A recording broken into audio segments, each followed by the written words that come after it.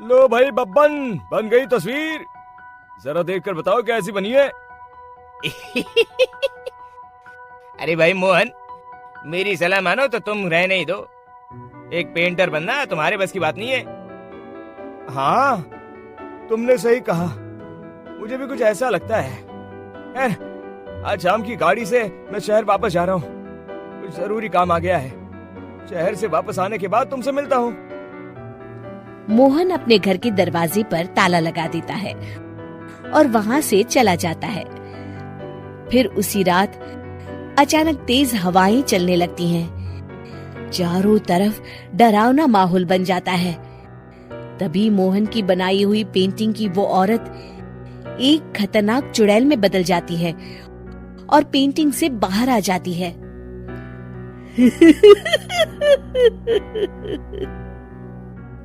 चुड़ैल घर के बाहर चली जाती है। वहीं दूसरी तरफ दो चोर लाला सुखीराम के घर से चोरी करके भाग रहे होते हैं। दोनों भागते भागते गांव के चौराहे के पास पहुंच जाते हैं। तभी अचानक वो चुड़ैल उन दोनों के सामने आ जाती है।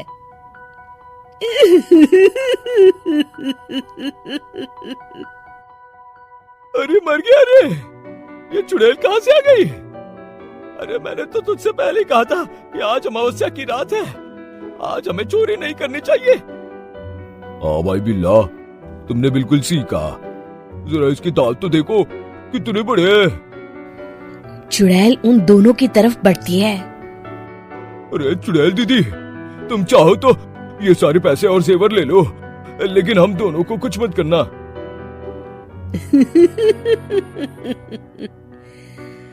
पैसे और जेवर के लालच में तुम इंसान बिकते हो, हम चुड़ैल नहीं। तभी चुड़ैल उन दोनों चोरों को पुतले बना देती है।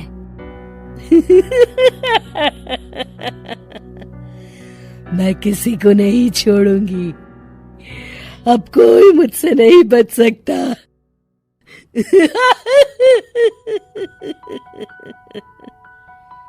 चुड़ैल अपने अगले शिकार की खोज में वहां से चली जाती है।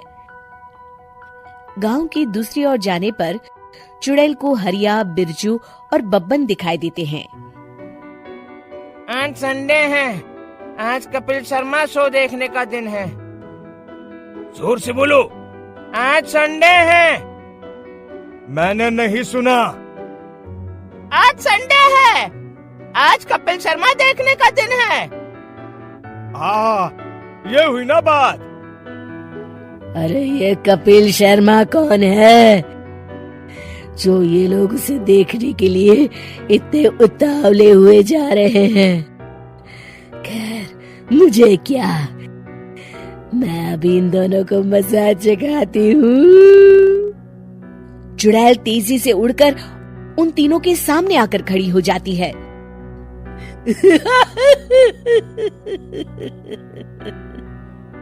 कपिल शर्मा शो बाद में देखना, पहले मुझे देख लो।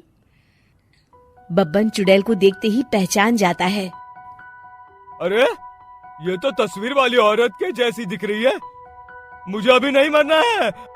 अरे भागो रे। तीनों वहां से भाग खड़े होते हैं। बब्बन तो किसी तरह अपनी जान बचाकर वहां से भाग जाता है, लेकिन हरिया और बिरजू को चुड़ैल पकड़ लेती है और उन्हें पुतला बना देती है। फिर चुड़ैल बब्बन को पकड़ने के लिए उसका पीछा करती है, लेकिन बब्बन उसे कहीं नहीं दिखाई देता। अरे वो मोटा तो बड़ा तेज भागता है, शायद उस तरफ गया होगा। बब्बन एक दीवार के पीछे छुपकर बैठ जाता है और चुड़ैल उसके सामने से आगे निकल जाती है। बाल बाल बच गया। अगली सुबह बब्बन सभी गांव वालों को सारी बात बता देता है। फिर उस चुड़ैल के डर से रोज शाम होते ही पूरे गांव में सन्नाटा छा जाता था और कोई भी अपने घर के बाहर नहीं निकलता था।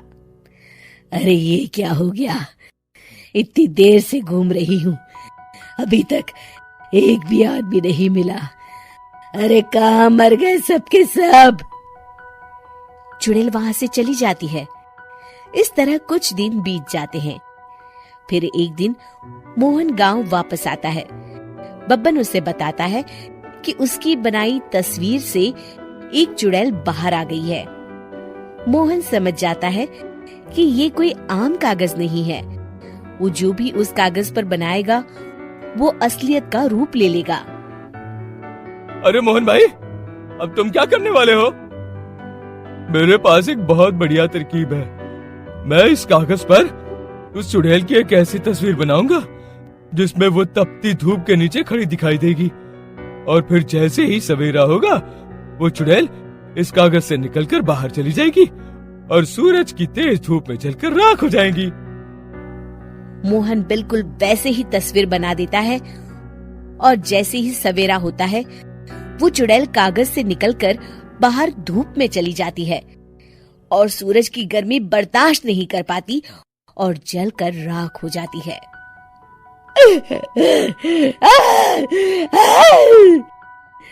ये मुझे क्या हो रहा है? मैं सूरज की रोशनी बर्दाश्त नहीं कर सकती। मेरा पूरा शरीर जल रहा है। और इस तरह चुड़ैल के जलते ही पुतले बने सभी लोग पहले की तरह इंसान बन जाते हैं।